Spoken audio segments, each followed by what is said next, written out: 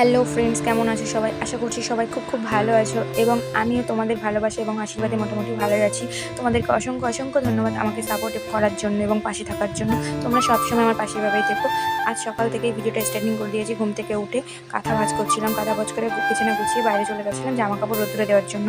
যেহেতু কালকে সন্ধ্যাবেলা স্নান করে জামা কাপড়গুলো ভিজেছিল, সেগুলোই আমি রোদ্দুরে দেওয়ার জন্য বাইরে চলে এসেছিলাম। তারপর দেখো ঘর ঝাড়িয়েছি। তোমাদেরকে একটা কথা বলে রাখি, আমার ক্যামেরা ধরার কোনো লোক নেই। আমি একা একাই যতটুকু পারি ততটুকু তোমাদের সাথে শেয়ার করার চেষ্টা করি। তো ভিডিওটা আমি জানি অতটা ভালো হয়নি, তবুও ভালো লাগলে লাইক কমেন্ট শেয়ার অবশ্যই করে দেবে। এখানে দেখতে পাচ্ছ কত লাল ফুল, সাদা ফুল সব আমার বাড়িতে হয়েছে। তোমাদের ইচ্ছে হলে আমার বাড়িতে এসে লাল ফুল সাদা ফুল নিয়ে যেতে পারো। এখানে মা মাছ ধুচ্ছিল কলে, তো সে রান্না করবে বলে। তারপরে এখানে দেখতে পাচ্ছ যে কত আম হয়েছে। এই গাছটা যেহেতু আমার, এই আম গাছটা যদি আম খেতে ইচ্ছে করে তো অবশ্যই চলে আসবে। আমার বাড়ির লোক কিছু বলবে না, যেহেতু এটা আমার আম গাছ, ঠিক আছে। তো এখানে দেখো কত লাল ফুল, এটা জবা ফুল, লাল ফুল না, এটা জবা ফুল।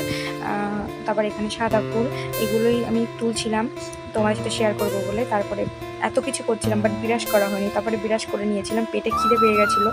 তো বিরাস করে বাবা কালকে বাজার থেকে খাবার নিয়ে এসেছিলো, মুখ টুক মুছে খাবারটা নিয়ে বসে পড়েছি। এটা ছিল স্যান্ডউইচ। তো স্যান্ডউইচ খেতে আমি খুব ভালোবাসি। তোমরা আমার মতো কে কে স্যান্ডউইচ খেতে ভালোবাসো কমেন্ট করে অবশ্যই জানাবে। তারপর ফুল তুলছিলাম, ফুল তোলা হয়ে গেছে। Bye, tata.